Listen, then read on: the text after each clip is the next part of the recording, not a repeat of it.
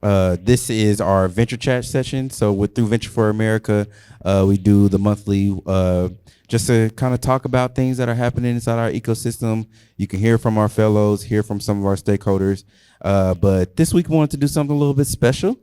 I have, one of the people that I've been looking up to for quite some time, just through my family or just through the ecosystem, who has reached out to me to support a brand new initiative that I feel like is very well needed, joined by her husband here, and Black Entrepreneurship Week. And you guys know how passionate I am in this ecosystem with the work that I do with Black Excellence to ensure that there is, as much as there is innovation density, that we don't have that income segregation, as Kevin says. And so to be able to do that, you have to be able to put forth access to those who won't normally have that access. But then there's also times to be celebrated. And I think that during these months and during these initiatives, that time is to be celebrated, but then also it's time for us to come together and learn. So just today, we're just gonna have a very candid fireside family chat, just about you all as individuals, this new initiative or this new initiative as the Black Innovation Week, and then just hear about your thoughts from the ecosystem too, and how you all have navigated in your spaces. So y'all know I don't like really introducing people because I feel like y'all can do the best on its own. So we're gonna start with my immediate right, Ms. Kira Cobb. Hello, everybody. How are you guys tonight? We are so honored to be here. My name is Kira Cherie Cobb. Kira means shining light, and Cherie means beloved, and Cobb means I'm covered. This is my husband right here. I would like to honor the room before I get started. And you all may already know some of the greats that are among us, but I really would love to honor Hurston Fales, who is a guru in the IT space and has been for many, many years. Can you all give him a hand? I know, I love it. His wife has a publishing company called Launch Crate. Her name is Cynthia Fales. And so if you're not familiar with their business services, please stop and see him before you leave. If you're trying to publish a book, if you'd like to be on a podcast, and if you need to know anything geeky, Hurston is your go-to person. And I'd also like to honor some more service in the room, which is Michael Carmona in the back. What's up, Michael? Can you all clap for him? Michael is the managing director of Casey SourceLink and Missouri SourceLink. I may be saying this out of turn, Michael, but I think you're the first person of color to head that organization. Is that right? Yes. and I'm excited about it because Casey SourceLink was the ecosystem in Kansas City when there was no ecosystem in Kansas City. And so for him to be able to step in that role over the last year and a half and to add the value that we need in communities of color to entrepreneurs is very important. So thank you, Michael, for your assistance and your service. Let's give it up for him one more time. Yeah. Ina P. Montgomery was also in the room. I'm not sure where she went. But Ina is also a longtime IT tech in the city. She does a lot of education to our minority students in urban high schools. She does certification for students so that they can go on outside of high school and be able to immediately get jobs in the tech field. She's also a maven. She's been doing that work long before IT was sexy. So if you see Ina, make sure that you connect with her as well. So who am I? An ecosystem builder. I'm an ecosystem builder. I created EBB, Entrepreneur Business Basics, back in 2008. And I saw it as a need, which is what ecosystem ESOs are supposed to be. We're supposed to be filling needs in our community. We're not supposed to just be going after grant dollars to create salaries. We're supposed to be solving the problems of the people who we want to grow businesses. And so I did that, and I did it for many years for free because I saw the need. Eventually, other people saw what I was doing, and I began to get contracts and to do other work. But I wanted to bring about another level of awareness to Black entrepreneurs. And so about 6 years ago, I created something called Conscious Conversations. And we would have it once a year. and we would bring out people in the community who have influence and power to make change, to talk about issues that were facing Black entrepreneurs. So Black entrepreneurs in schools, Black entrepreneurs in civic issues, Black entrepreneurs in financial issues. Last year, we created the State of Black Entrepreneurship. And during that time, what we discovered were some statistics that really just crushed me for someone that's worked with entrepreneurs for so long. Forbes released a report in 2017. If you've not looked at the report, please do. And what they discovered was that by the year 2053, now remember that's before COVID, 2017 is when they released the report, that the median household income of Black people will be $0 by the year 2053. And I said, that's not true. I don't believe that. I'm saving my money under the mattress. But it is true. And because of COVID, that number has come quicker. Now it's 2050.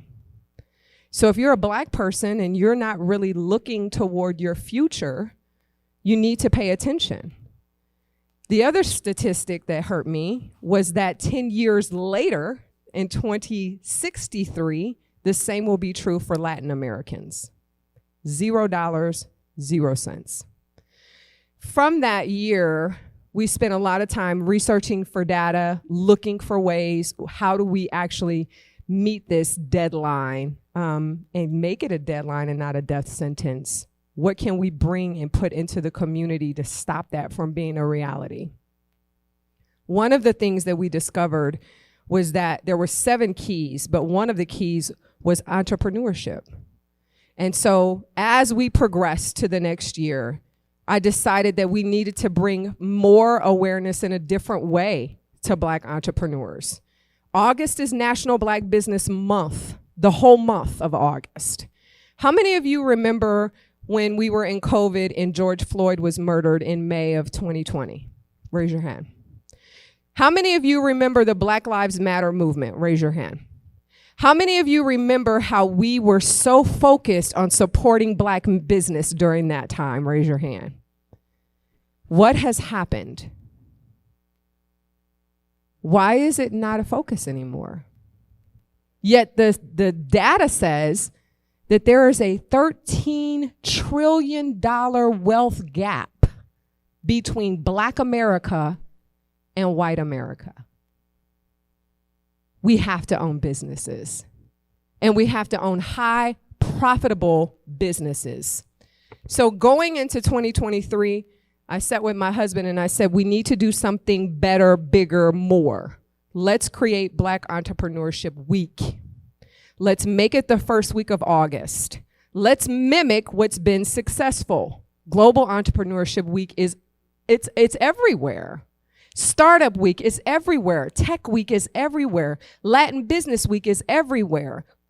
Why is the Black population the only population that cannot be proud to say Black?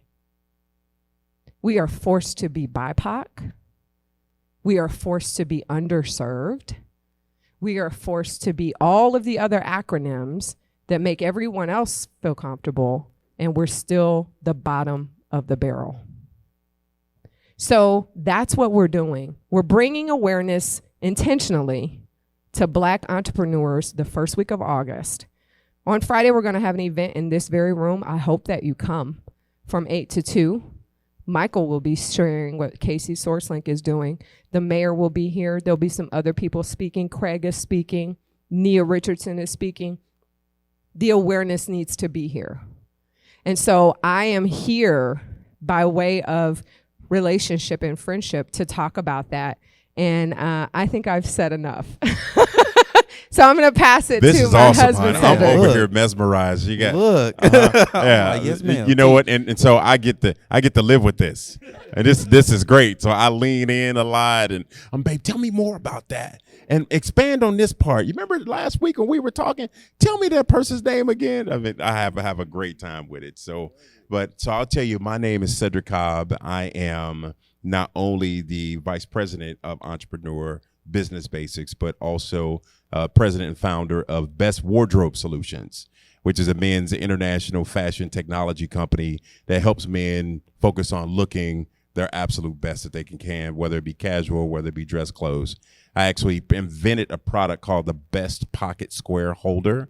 It's a device that holds your pocket square in place, keeps it from losing its fashion or falling down in the pocket. I was really blessed. I was featured on Shark Tank season 10, episode 21. Got a handshake deal with Mr. Damon John, the people shark, but I had a couple sharks fighting over me. So check it out when you get a chance. It's season 10, episode 21, and it's very, very entertaining, I would say. I had to tell you, being an entrepreneur for over 8 years, there's so many different things that was needed. There was funding I didn't go after. There was ecosystems I didn't know existed, or I didn't feel like I was welcome in those particular spaces. And then also I came from a family that had zero wealth. We haven't passed not one nickel down to anybody in our family ever.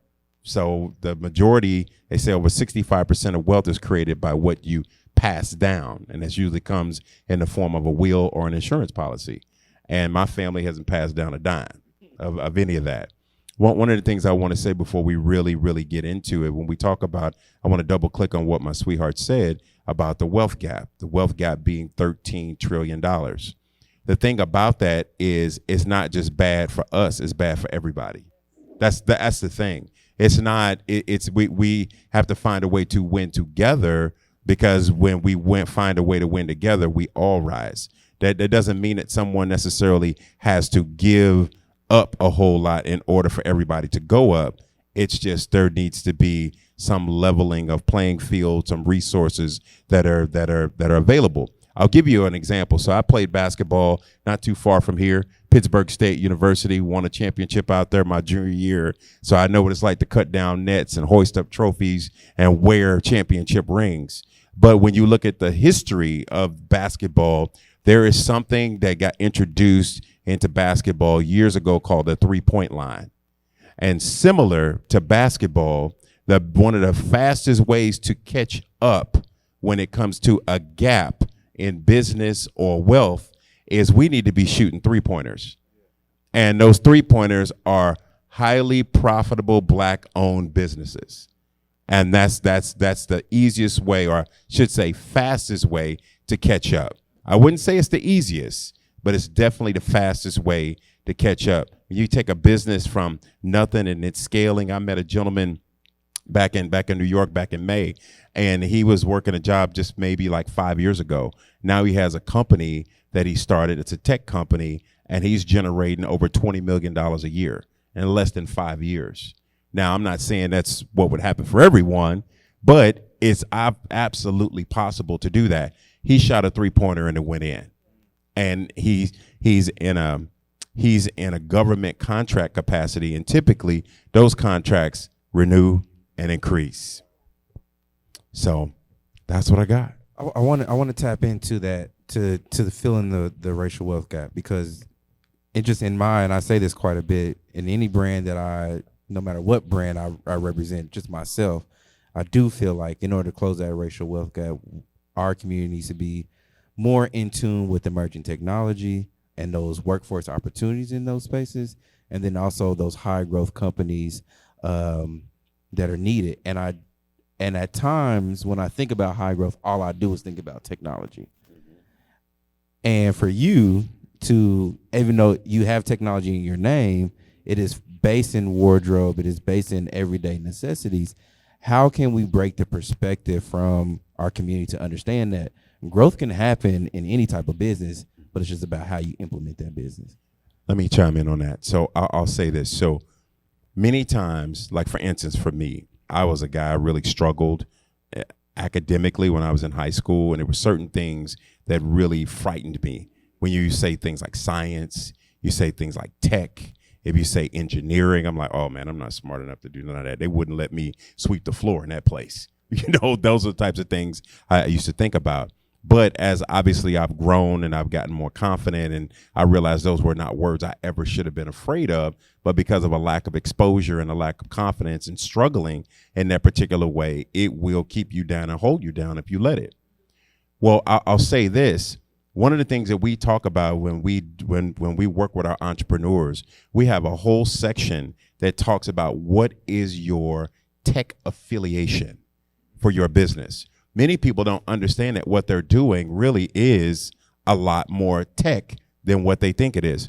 So the other thing to note is I work for a top Black tech nonprofit organization that works with many of the top Fortune 500 and 1,000 companies. When you go to MasterCard, they say they're not a financial company, they're a tech company. Anheuser-Busch, they're a tech company. Capital One, they're a tech. Every one of them, you talk to them and ask them what kind of organization they are, everybody says that they're tech. Well, to get to the point, the major point of it is one of the things we need not be afraid of is the fact that many times we may not directly be tech, but many times we're tech adjacent, which means that tech company needs the adjacency of me in order to grow their business.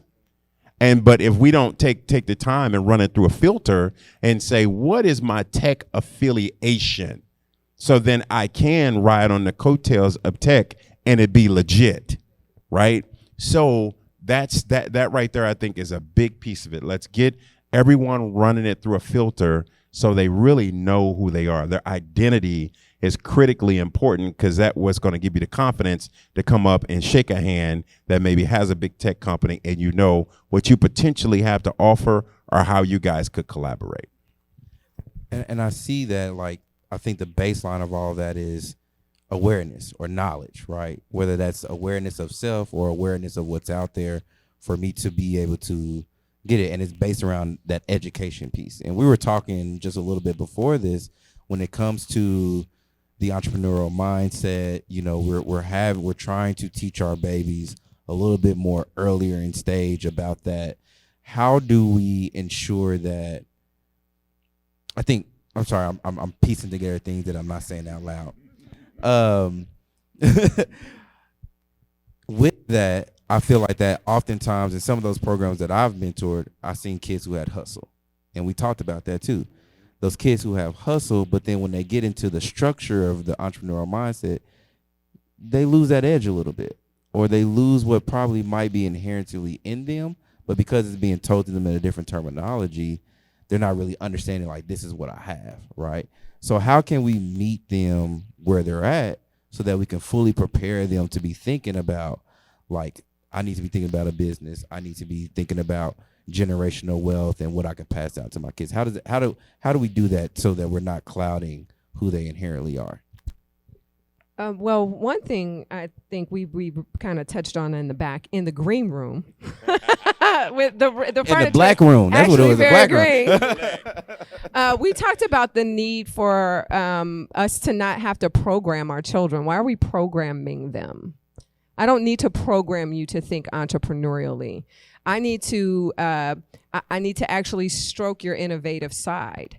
I need to applaud you and praise you so that you acknowledge when you're being creative, instead of us trying to program students to say, this is the jargon, okay? So I've been in the field since 2008. I told you guys that. Do you know how many acronyms have come about since 2008 around entrepreneurship? How in the world are we supposed to keep up with that?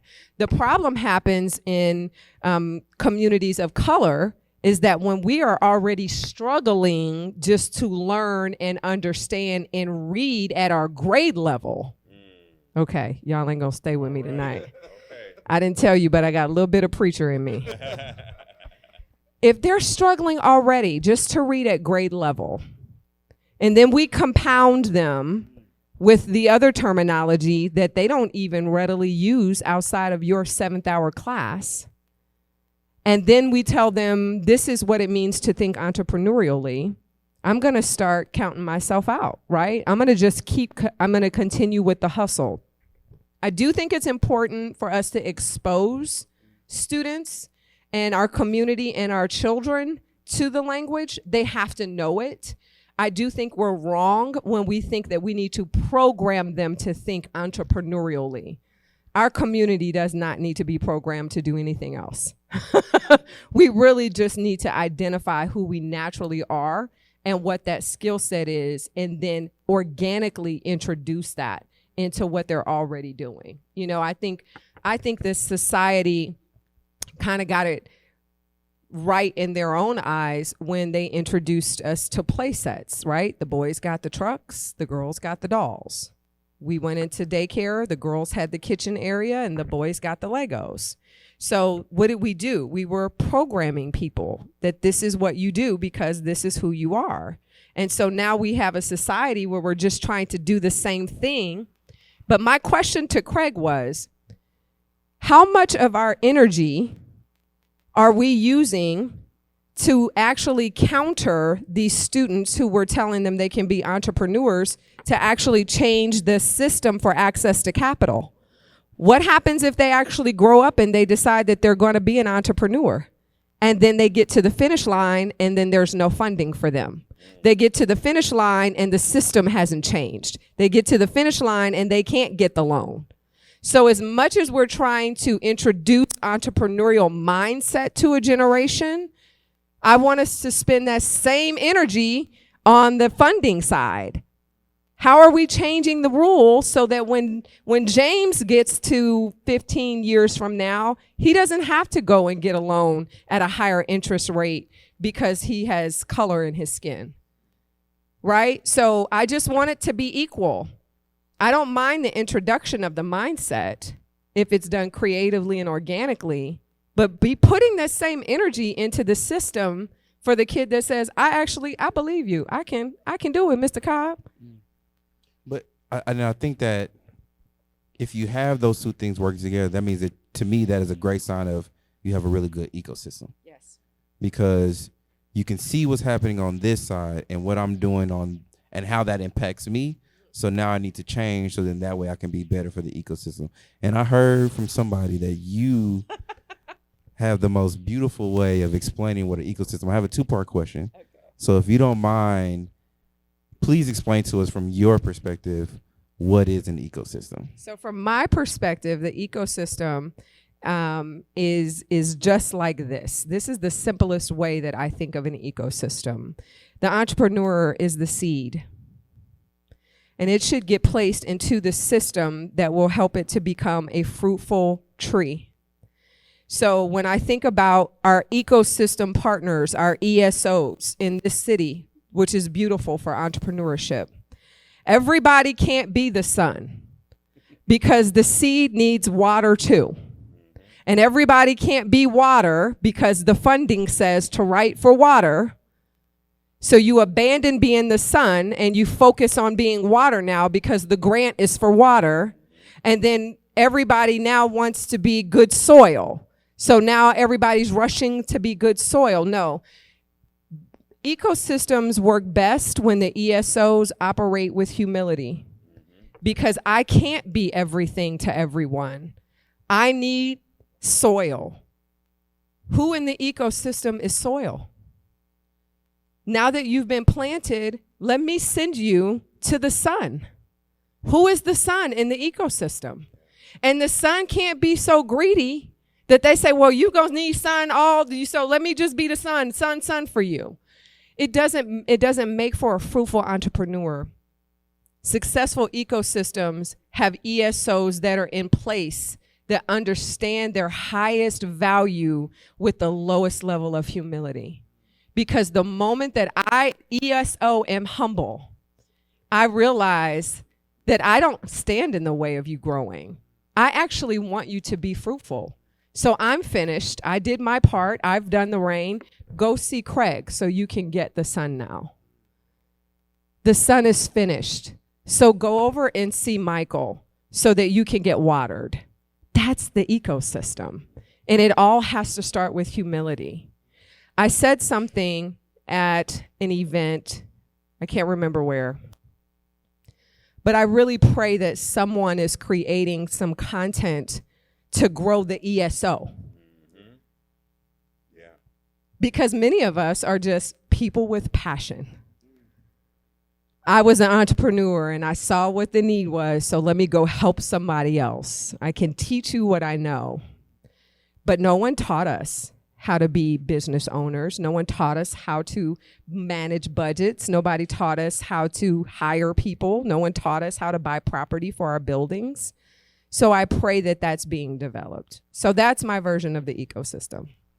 Told you it was good, wasn't it? Man, boy, I'm trying to tell you, we got, right? So we can make sure we get that snippet. So then my next question to that ecosystem question is, you talked about how, post George Floyd, there is now this prevalent of resources that were dispersed down to support those Black entrepreneurs and those Black founders. And most of the time they were led down to Black-led ESOs, Black-led organizations like Black Excellence or your Porterhouse KCs. And now, since the trial is over, the many trials are over, and we can openly see the powers that be take away affirmative action. We can openly see the powers that be slow down their VC funding, or say that this $10 million fund is over here, but we still got $90 million over here for everybody else. What is the importance as we kind of see this drawback of the Black ecosystem coming together a little bit more firmly, and not necessarily to separate themselves, right, but just to be stronger in to ensure that those seeds are getting what they need? Yeah, so it's first in my world, it's first the humility part, that because we can't even do anything if we're all trying to be the best. We are the best, not me. And so that's the first part, but it is necessary, and it's necessary because no one is going to continue to rescue us. And I think that that's the mindset as a people that we have to break. No one is going to rescue us as a people, and no one is going to rescue us as entrepreneurs, for sure, right? Because the last thing people want is for us to be wildly successful. Man, that's dangerous right there. That's dangerous. So I think it's important that we find the gaps in our system. If minority-led ecosystems want to get stronger and better and be creative, we have to understand what's missing. What do we not have? We got a whole bunch. We got 5 suns over there, right? And then we got 2 winds. We have 0 soil. We don't have anybody that can be water.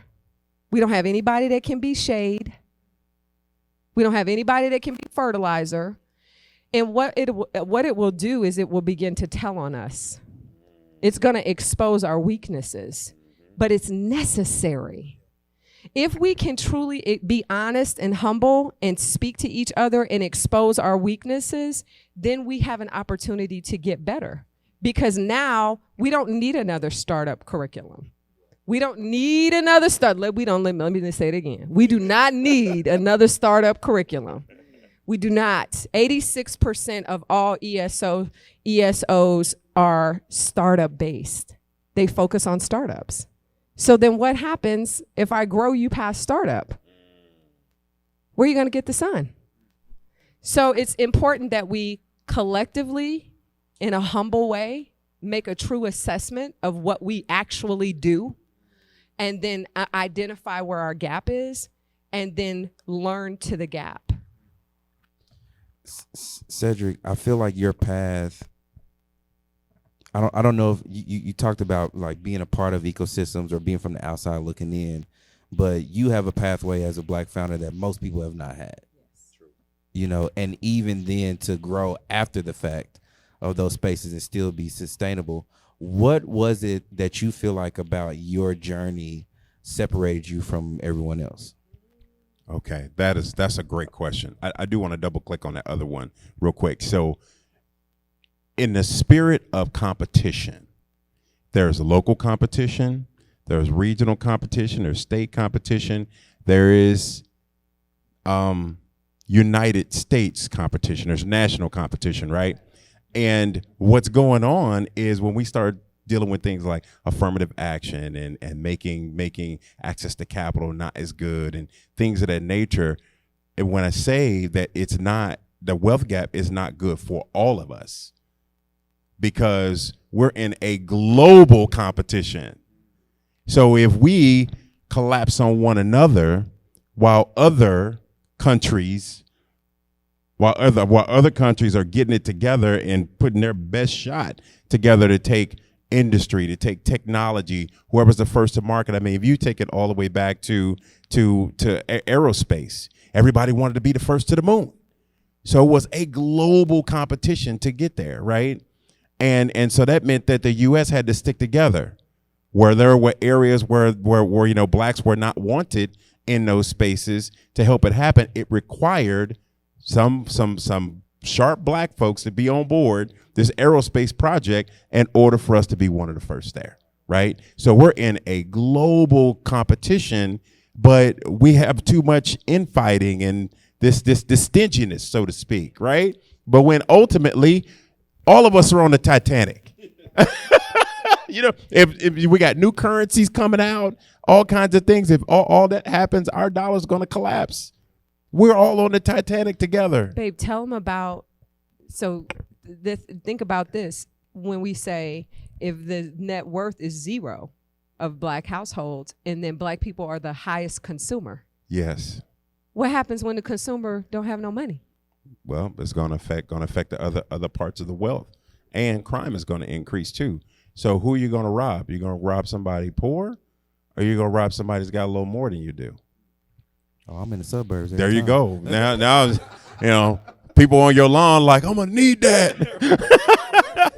So I just want to say that part. I hope that adds value. But sure. when you talk about my journey was very different. Well, so how I did it, I took a little bit more of a street approach, I would say, to growing. Is what was cool is that I have access to seamstresses, and I could get my product made locally. I was able to source all the materials that I needed from multiple different places, get everything aggregated in one place, and have just enough money with my job money to produce 100 of them. Produce 100 of them. I'm very confident in my ability to sell. I can sell anything, right? And so with that, I said, if I can get these made, I can sell them. So I had enough money to manufacture 100 of them. I took 100. I sold 100.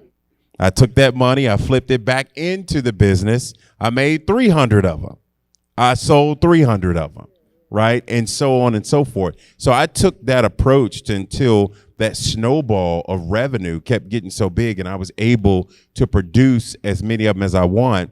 And then all of a sudden I was able to say, hey, job, 6-figure job, I'm out of here, right? To be able to do it. But I did both at the same time for quite a while until it was justified for me to move on.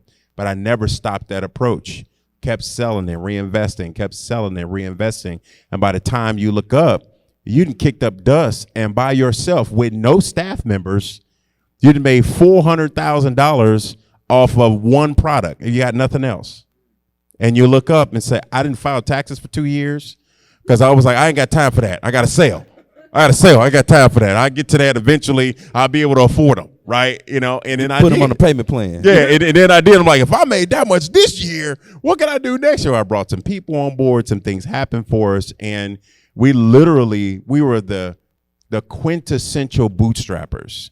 Many people want to steer away from bootstrapping, but bootstrapping is where you really find out what you're made out of. Many people get funding, they got great ideas, they're looking for venture capital, things of that nature, and they haven't sold anything. You haven't sold nothing. You made a PowerPoint presentation that's not really that good. You got all of these statistics and R&D, but you've not sold anything. And then so you go look and seek to get an investor. You seek to get an investor, and the investor is looking at you kind of with the cat eye because they're like, they don't know what's in here.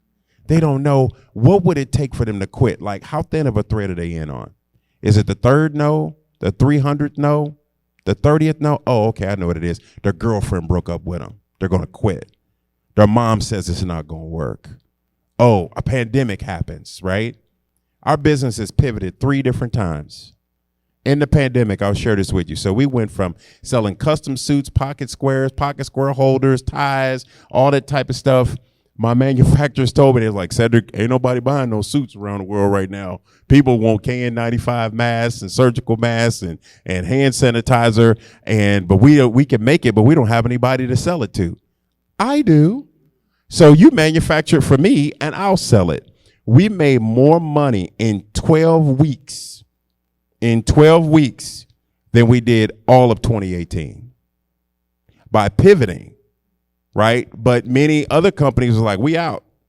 Pandemic hit, we're done. So we pivoted. Then the business survived a divorce. And that's a lot, right? Yeah. So when you start to look at these things. Ask Michael Jordan. Ask Michael Jordan, right? So when you start to look at all those things, it's like you really can, if you have that bootstrap mentality, and it's just, I have this concept, and my sweetheart teases me all the time. I believe that it's not over until I win. And when you really have that in you, that could be a good thing and a bad thing. Don't get me wrong. It could be a good thing. That's why you got your red to keep. It's not over until I win. And you know what's crazy is that I'm never coming after you. I'm in competition with me. So I may not say anything to you. I may not talk any trash or anything. I'm just focused on what I can do to win. Not focusing on you got to play bad in order for me to win. That's that sun and moon. So the sun and shade. It's the same concept. But you know what, Craig? I'm sorry, I took over. Go ahead. But good. I wanted to say, when we were talking about the mindset of children, a part of your unique story is that you organically grew up in entrepreneurship. That's true. So you got introduced to it without the jargon, without the mindset changing. You were in that world from a very young age with your mom. And so you saw it and you participated in it, and you naturally found your creativity as a child, plus your confidence, right? So you're selling things I'm telling your story, but you're selling things for your mother, who's a master seamstress. So while we were playing outside, Cedric was selling everything she made. 10 years old, 11 years old, 12 years old. I'm bringing that back because statistically, Black children are more likely to become entrepreneurs when their parents are. Ooh. You talking about closing the wealth gap? Yeah. Introduce your children to entrepreneurship. Representation. At home. Yeah. At home. Absolutely. So that was a big part of your story. Even start a business with them if you need to. I mean, don't ever look down on a lemonade stand. You know, my wife and I, we live in a pretty nice neighborhood, and we'll drive by sometimes, and my son will be like, "They got a lemonade stand down there." And I'm like, they don't need to sell no lemonade to make no money over here. Right. You know what I mean? But it's not about that. Organic. It's about the organic exposure. You at home, you playing these video games. You know what? Look, here's this sugar. Let's get this. Let's get these jars out here. Let's get you some bottles that's leak proof and spill proof. And we're gonna push you out front of the yard with a sign, and people go by and they're gonna spend some money with you with lemonade, and you're gonna be out there all day. And I'm gonna come out and check on you and let you come in and eat, but you're gonna understand the rhythm of what it's like to be entrepreneurial. Now, what happens when that thing catches? Oh my God, I can sell dog clothes. Oh my God, you know what? I could do this. Hey, I could run for student government. I could do this. At the least, you're raising confidence. And I would say at that point, at a minimum, you're at least going to have someone that can be entrepreneurial. Yeah. They don't necessarily have to run their own business, but if they have ownership mentality in running the business that they are affiliated in, owning their own position, owning their own department, owning their own region, those types of things is what grows big business. What do we say to those students who lack that representation, right? And what they see is on social media. They see the hustle culture, no sleep, 9 to 5 for, trading your 9 to 5 for, I say a 24-hour. You have documentaries like We Broke, where a guy can sell an idea and raise money from Alibaba based on real estate and poor concepts. But it is what our people or what our children are being, privy to say like that is my route. VC is my route without any with a like you said, like a slide deck and no real sales. How can we combat that as an ecosystem when it comes to making sure that those who just don't have that representation and are what I would say are under the spell of the media, how can we break that spell and bring them into our community and make sure they get what they need? Yeah, I think the Kauffman Foundation is doing a great job. I'm not saying that they're perfect at it, but they certainly are putting some effort behind it with the real world learning. And that concept has been happening in white communities for years. It's called CAPS, and we see it in, way south in Johnson County. We see it way north in North Kansas City. But as of late, the real world learning, how many of y'all have heard of that initiative from Kauffman Foundation? Ina's a part of that. We were a part of that and still are a part of that. It's early intervention. So it's getting it into the classrooms and making it a part of their daily opportunity. That if you're talking about language arts, you're thinking entrepreneurially, you're thinking entrepreneurially.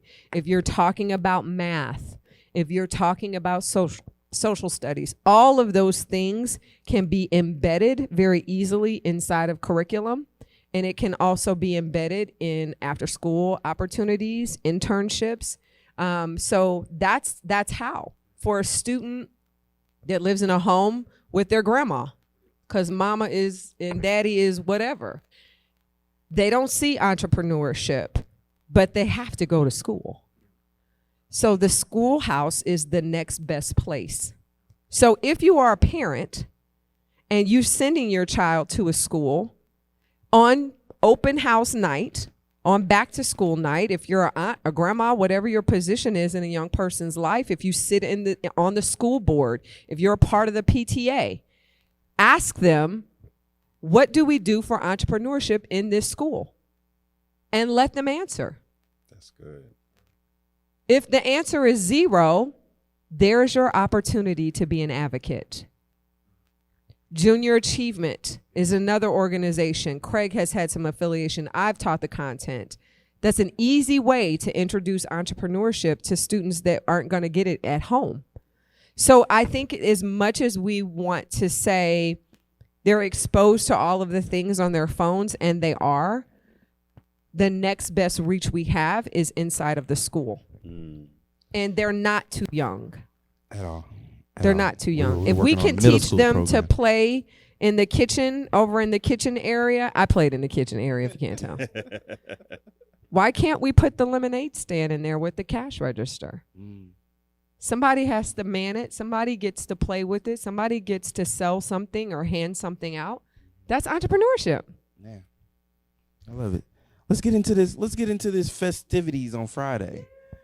Tell me what it is that we can expect. So on Friday morning, starting at 8, we're going to have some light breakfast that's being sponsored by Pipeline Fellows. Are you all familiar with Pipeline? Yes, we love Melissa Vincent and Don Carter over there. They have financially sponsored some breakfast. So we'll start with that right at 8 o'clock.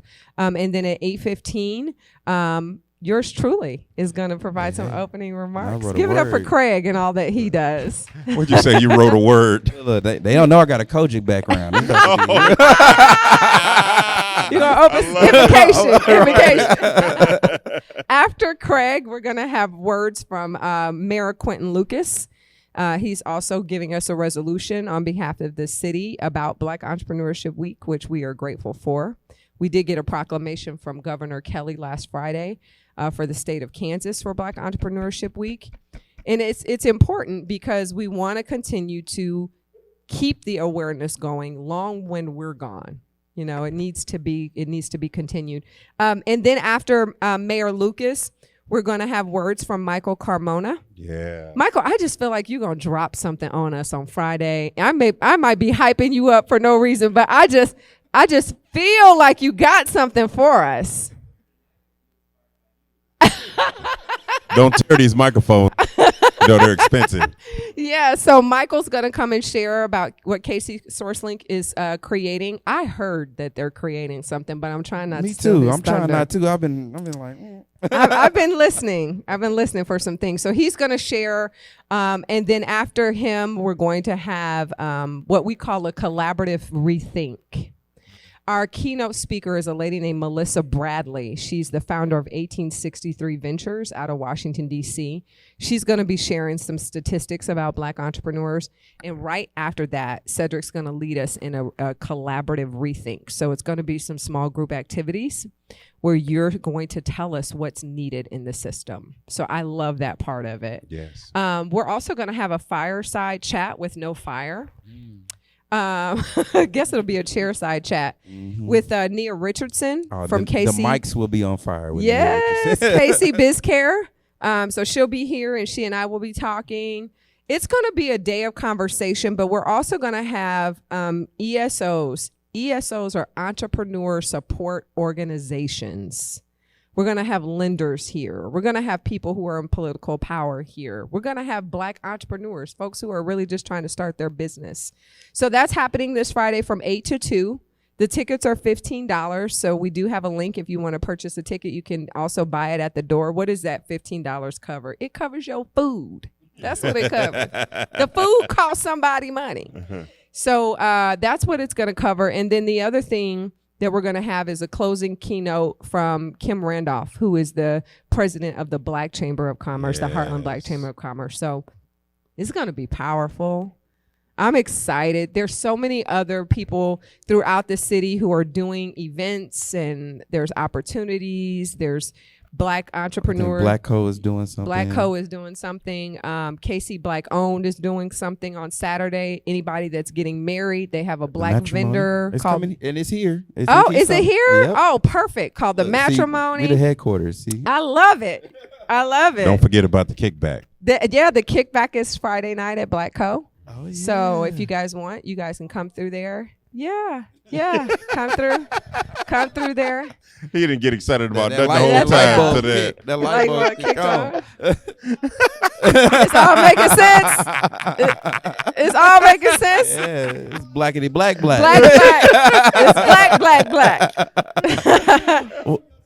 Yeah, I love it. I love it. I'm gonna end this with a question that my mentor told me to start asking after every deal. Is there anything else on the table that I should have picked up?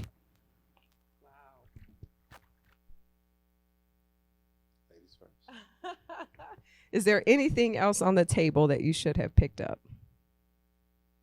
I'm going to just go back to the word humility, and not that you haven't picked it up, Craig, because you are one of the most humble people that I know.